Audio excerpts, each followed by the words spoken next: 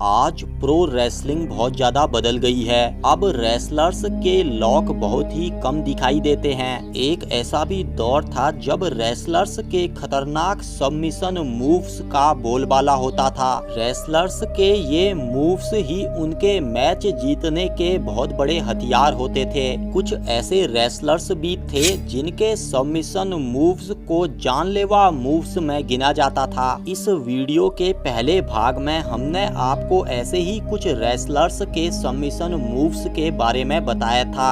उस वीडियो में आप सभी सज्जनों ने हमें बहुत बढ़िया सपोर्ट दिया, इसीलिए पेश है भाग 2। तो हेलो मिस्टीरियस बुक मेंबर, मैं हूं आपका दोस्त मोनू। चलिए खोलते हैं मिस्टीरियस बुक का बेहद खास अंक और जानते हैं उन खतरनाक सबमिशन मूव्स के बारे में।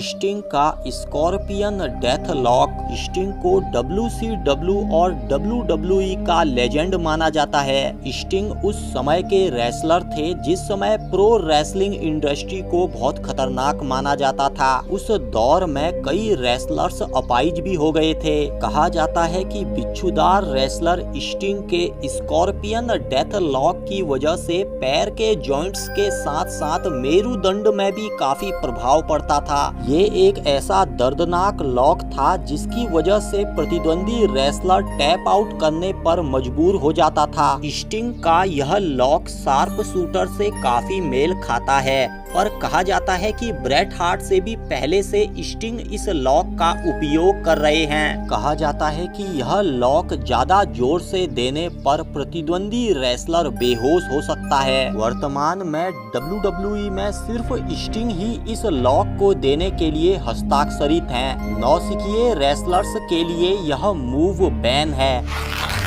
समोआ जो का कोकीना क्लच। कहा जाता है कि समोआ जो ने जब रॉ में अपना डेब्यू किया था तो उस समय उन्होंने इस कोकीना क्लच की वजह से सेथ रॉलिंस को इंजर्ड कर दिया था। समोआ जो का यह लॉक बहुत खतरनाक माना जाता है। इस सबमिशन मूव से प्रतिद्वंदी का बेहोश होना आम बात है। लापरवाही से यह लॉक देने पर प्रतिद्वंदी रेसलर मौत के घाट उतर सकता है। समोआ जो इस लॉक के मास्टर माने जाते हैं, इसीलिए WWE में सिर्फ समोआ जो ही इस लॉक के लिए हस्ताक्षरित हैं।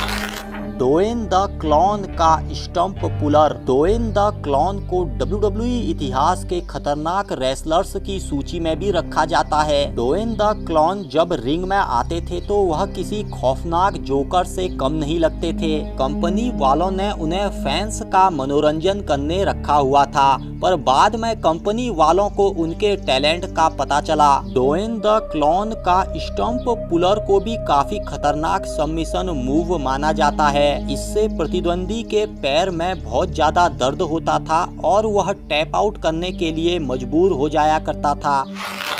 अल्टीमो ड्रैगन का ड्रैगन स्लीपर। कहा जाता है कि एक समय में अल्टीमो ड्रैगन के पास एक ही टाइम में 10 चैंपियनशिप बेल्ट थी। ये ब्रूस ली के अंतिम शिष्य थे क्योंकि ब्रूस ली की बहुत जल्दी मृत्यु हो गई थी। इनके ड्रैगन स्लीपर सबमिशन मूव को बहुत ही खतरनाक माना जाता था। अल्टीमो ड्रैगन इस मूव के मास्टर माने जाते थे। नौसिखियों द्वारा यह मूव देने में सख्त पाबंदी है क्योंकि यह मूव जोर से देने पर प्रतिद्वंदी रेसलर के घायल होने के बहुत ज्यादा चांस होते हैं।